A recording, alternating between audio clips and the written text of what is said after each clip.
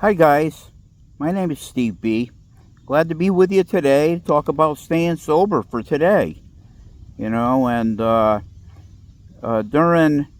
my walk, I was thinking of what kind of topic could I do today, and I was reading some literature and stuff like that. But I think I want to talk today about sharing with others a little more on that, how because it's so important. It's so important, you know. Anyway, want to remind you guys to give a like and subscribe. It means the world to me. I want to get it out to as many people as I can, and if you do that, that'll help. So anyway, sharing. I grew up in a house that we weren't told to come to your parents or share with them any things that were going on. We weren't told to do that. So growing up, I felt like I had no voice whatsoever. It was a lot of noise and a lot of yelling and a lot of. It was a tough place to grow up. I had the hardest time being a child in that house. It was I don't know. It was rough. It was very rough. I grew up very quiet and shy. I had a hard time relating to people. I had a hard time even just interacting. Period, with anybody. You know, I definitely didn't know how to interact at home. You know, it was very hard. And then at 14 years old, I discovered alcohol, and I discovered the elixir, the magic elixir to take me out of myself and make me another person, make me a different person than I was, because I didn't like the person I was. I hated myself growing up. It was like, why did you make me like this, God? Why did you do this to me? I hated being me. I wanted to be someone else. I couldn't stand being me. I couldn't stand being me. I really couldn't. So I grew up. I had a tough time in school. Being part of the politics of that. You know, being in different classes, mingling with different people. I mean, it was very hard in grammar school for me. It was even harder in junior high school for me.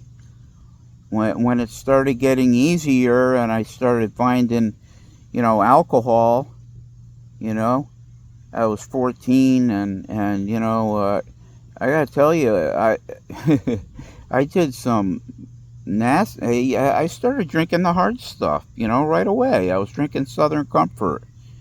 And I remember one time at 15 years old, drunker than heck, I put my fist through a vendor truck window, cut my wrist right open, bled all over the place.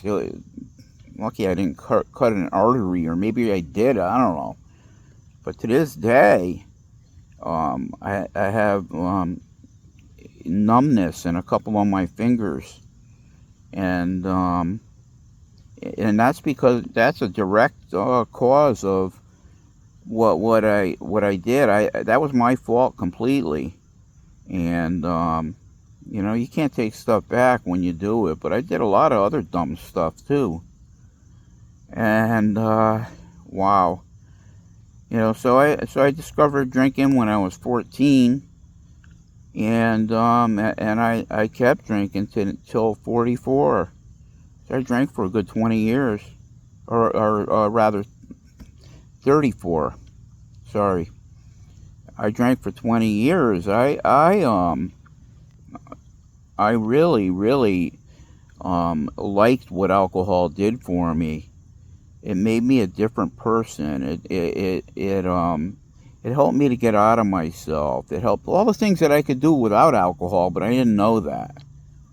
So when I was on my binges, which were basically every day, I was okay when I was drinking. When I wasn't drinking, I was miserable. I was miserable. You know, I was not a nice person to be around. And that went for the whole drinking career. For the whole 20 years that I drank, when I wasn't drinking, I was miserable. I was a person you didn't really want to be around. You know, here I am again, my favorite place, September 1st. We're into a new month now, and the weather is beautiful. There's no sun down here whatsoever. It's just all overcast and shade, which is fine with me. I like that. You know, it's starting to get a little bit hot and humid, but it, with the no sun thing, man, it's nice and comfortable. I like it. I'm glad to be with you guys today. It's my pleasure every day to come to you. I want to talk about Sharon, and that was true, that through all my years and even through high school, I just didn't know how to I didn't know how to interact with other people. I had no skills at all. No social skills, none. And when I was drinking, then I was comfortable in my own skin. But when I wasn't, I was miserable to be around. You know, and alcohol. Oh my goodness! Like when I was a young teenager, my favorite drink was gin. And I had an expression. I was doing bars and I was doing clubs and stuff like that. And I had my favorite expression was, if you can't taste the drink, it's not a good drink. I mean, if you can't taste the alcohol, sorry, if you can't taste the alcohol, it's not a good drink. Spoken just like an alcoholic, and it was me and Jimmy, and I pretty much he was he was my best friend growing up. You know, I met him in high school, and I stayed friends with him all through high school. I really liked hanging out with him. He was opposite of me. I was an introvert. He was an extrovert. I was quiet and shy. He was loud and boisterous. But and I liked him though, because it helped me.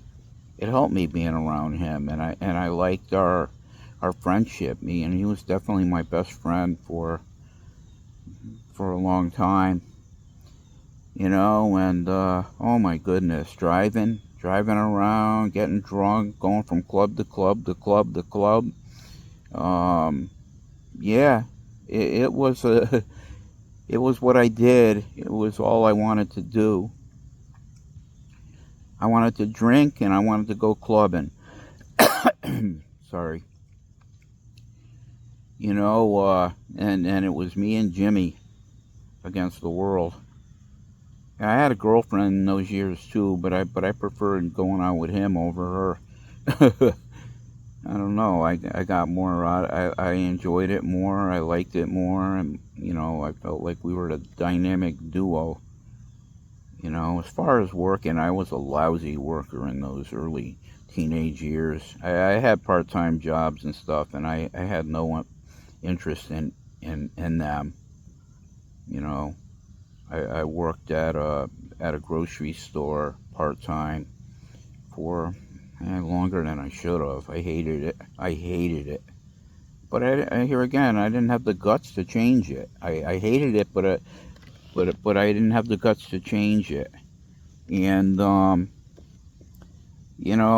here to tell you today that if you don't like something, change it, because you got the power to do that. You can do that, and no one else is going to do it for you. I used to let things happen because I didn't have the guts to change them myself. I was kind of a weakling, and I didn't have a lot of guts growing up, and I didn't have I would do cowardly things, and today I don't. I don't. You have the power to be whatever you want to be. Um, Back in those days, it was almost like, yeah, throw caution to the wind. Whatever comes your way, that's your thing. And alcohol was my god in those days, and so therefore God wasn't a. Well, he could have been a part of my life, but it wouldn't have mattered to me because I was serving the devil. The devil was in the bottle. The devil was there, and he was calling the shots. And I was dumb enough to know that, hey, you got a mind of your own. You can make your own choices. Don't let alcohol make it for you. And you don't have to do that. I honestly, I had no idea what sobriety was because I never wanted to be sober, and when I was miserable. It's like, this is the worst thing in the world. Being sober, my head hurting, squirrels up in my head going berserk. The committee working overtime, trying to confuse the hell out of me, and it wasn't hard with my OCD.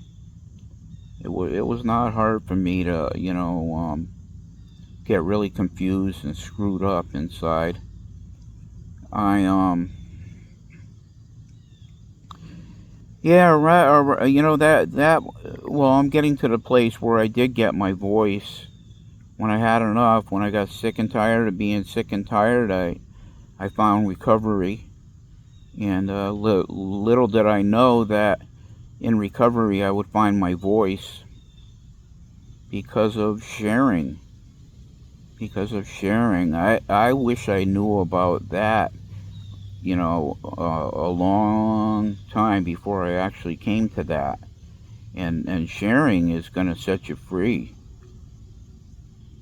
Sharing with another recovering person, alcoholic or addict or whatever, sharing with anybody, with a person that relates to you or you relate with.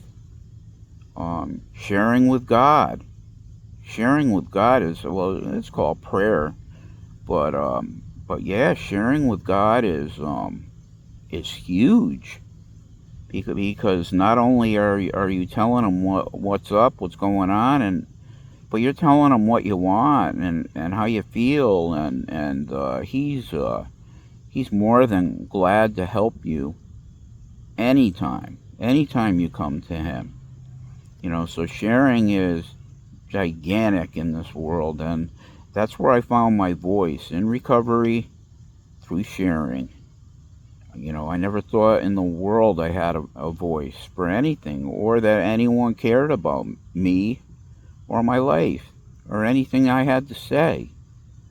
It was always like, oh, please be my friend, and not saying that actually, but kind of like with that mentality. And it's like, now it's like, well, am I sure I want you for a friend?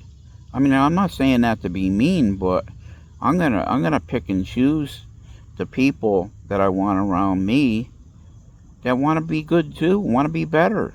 I'm not gonna hang around with the losers, the people that don't want it, the people that are throwing their lives away. And I was a loser for many years.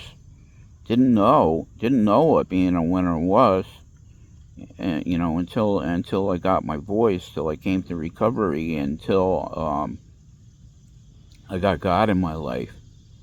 God doesn't make losers, and if you're on the losing side, come to Him and be on the winning side, because He's just waiting for you. Yeah, I have no idea what's going to happen today. Like every other day, I have no idea who's going to come to the meeting. But it'll be good. It'll be good, because everything I turn over to the Lord is good. And I already prayed. I prayed that it'd be a good meeting and I get what I need out of it. And hopefully people that come get what they need out of it too.